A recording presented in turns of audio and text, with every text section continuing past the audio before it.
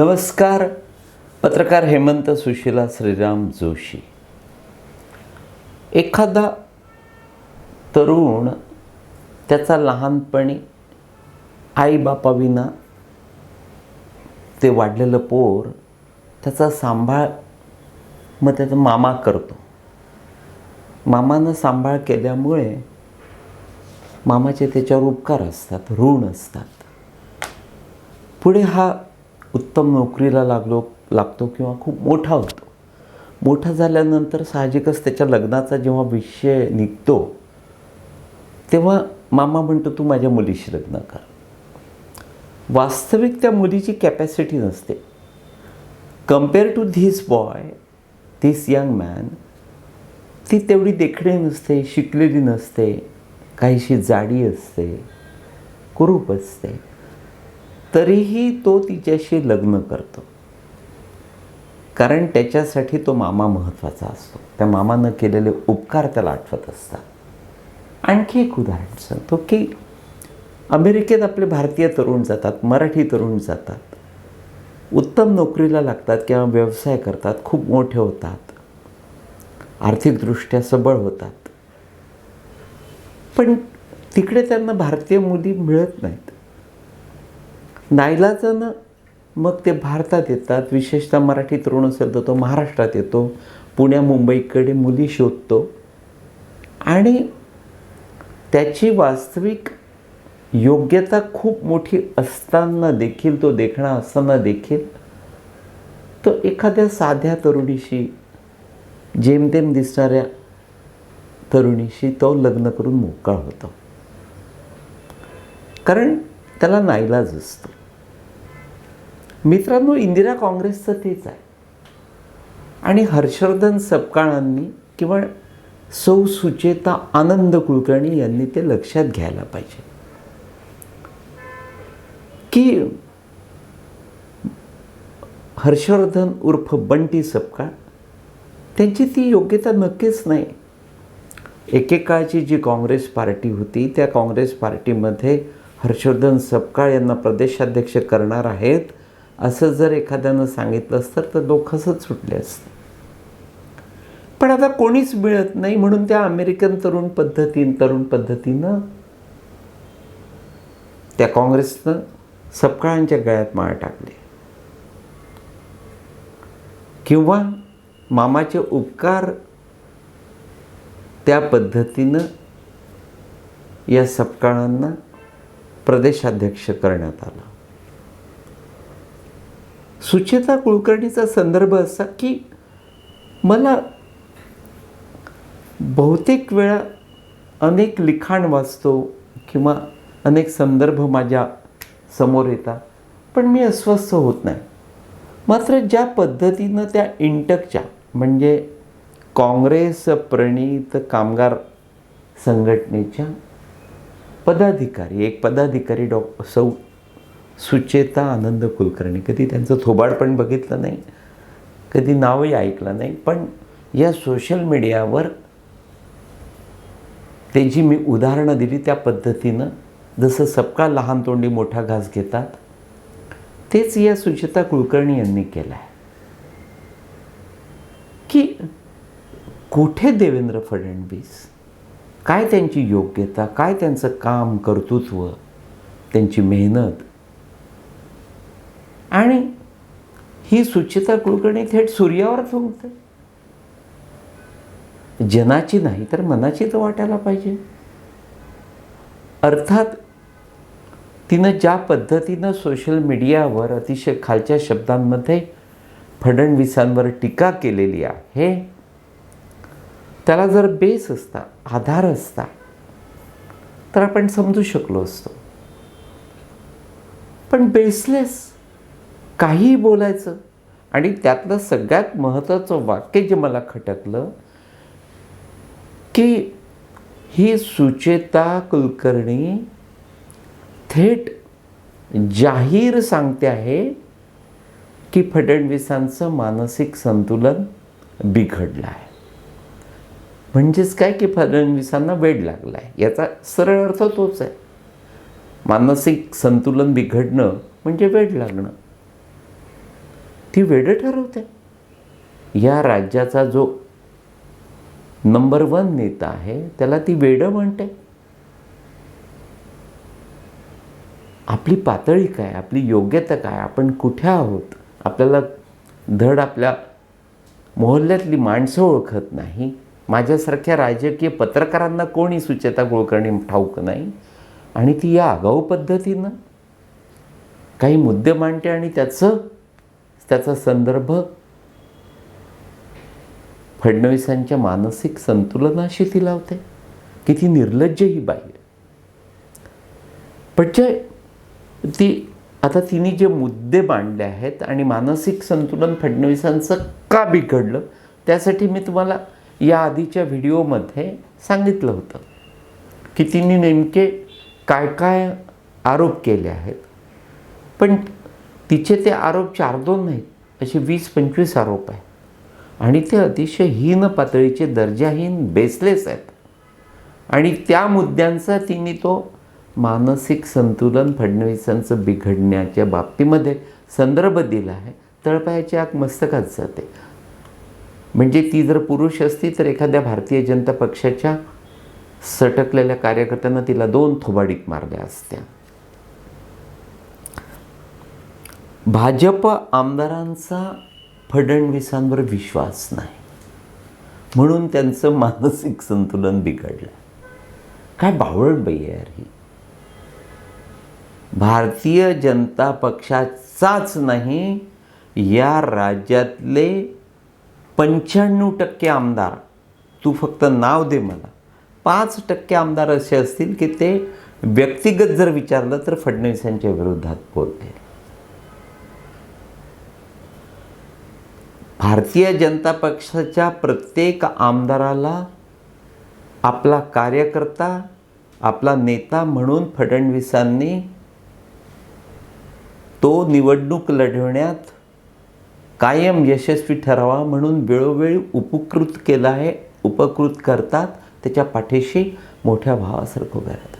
काही आमदार भलेही त्यांच्यापेक्षा वयानं मोठे असतील, पण ते देखील म्हणतात की फडणवीस म्हणजे आमच्या मोठ्या भावासारखा, आमचा दादा, आमचा कुटुंब सखा, आमच्या कुटुंबातला प्रमुख, म्हणून आम्ही आमच्या मतदारसंघामध्ये चांगली कामं करतो आहे. हा भाग जाऊ द्या. भारतीय जनता पक्षाचा एकही आमदार नाही, एखादा चुकून माकून कदाचित बोलेलही, गाव तिथे उकिरडा, त्यामुळे कदाचित एखादा विरोध असू शकतो. पण भारतीय जनता पक्ष सोडून त्यांचे जे घटक पक्ष आहे, राष्ट्रवादी आणि शिवसेना, तेही जाऊ द्या. त्या पलीकडे जे काँग्रेस, राष्ट्रवादी म्हणजे शरद पवार राष्ट्रवादी किंवा उद्धव सेना यांच्यातले जे आमदार निवडून आले आहेत, त्यांना जरी या बावळट सुचेता कुलकर्णीनं विश्वासात घेऊन विचारलं, वाटल्यास मी तिच्या संगतीनं येईल, माझ्या समोर तिनं ते विचारावं, ते देखील फडणवीस नाव काढल्यानंतर आधी नतमस्तक होतील आणि त्यानंतर कौतुक करतील.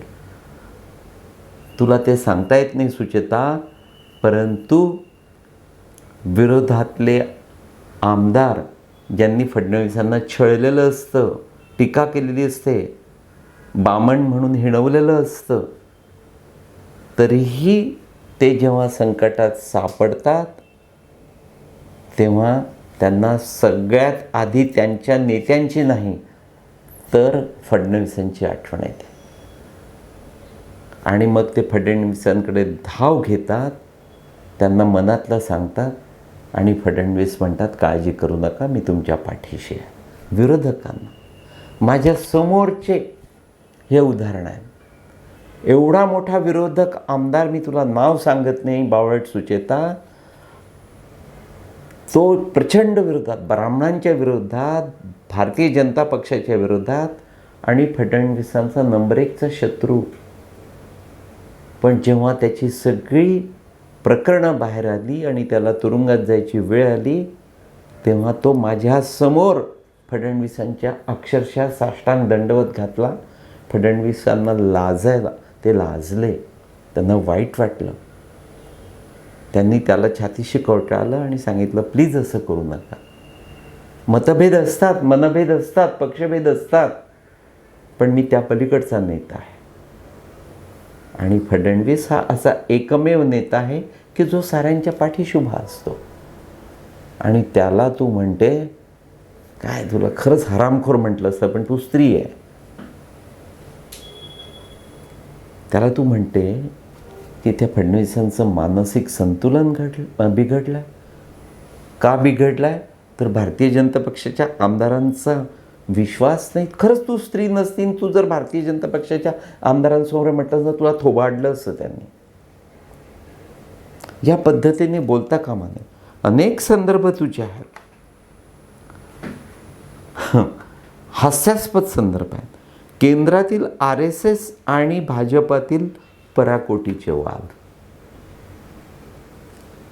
म्हणजे केंद्रातलं जो भारतीय जनता पक्षाचं नेतृत्व आहे त्यांच्यात आणि राष्ट्रीय स्वयंसेवक संघात पराकोटीचे वाद आहेत, मतभेद आहेत. आणि त्यातून काय, तर फडणवीसांचं मानसिक संतुलन बिघडलं आहे. अगं मूर्ख बाई, महामूर्ख, मूर्ख शिरोमणी कुलकर्णी.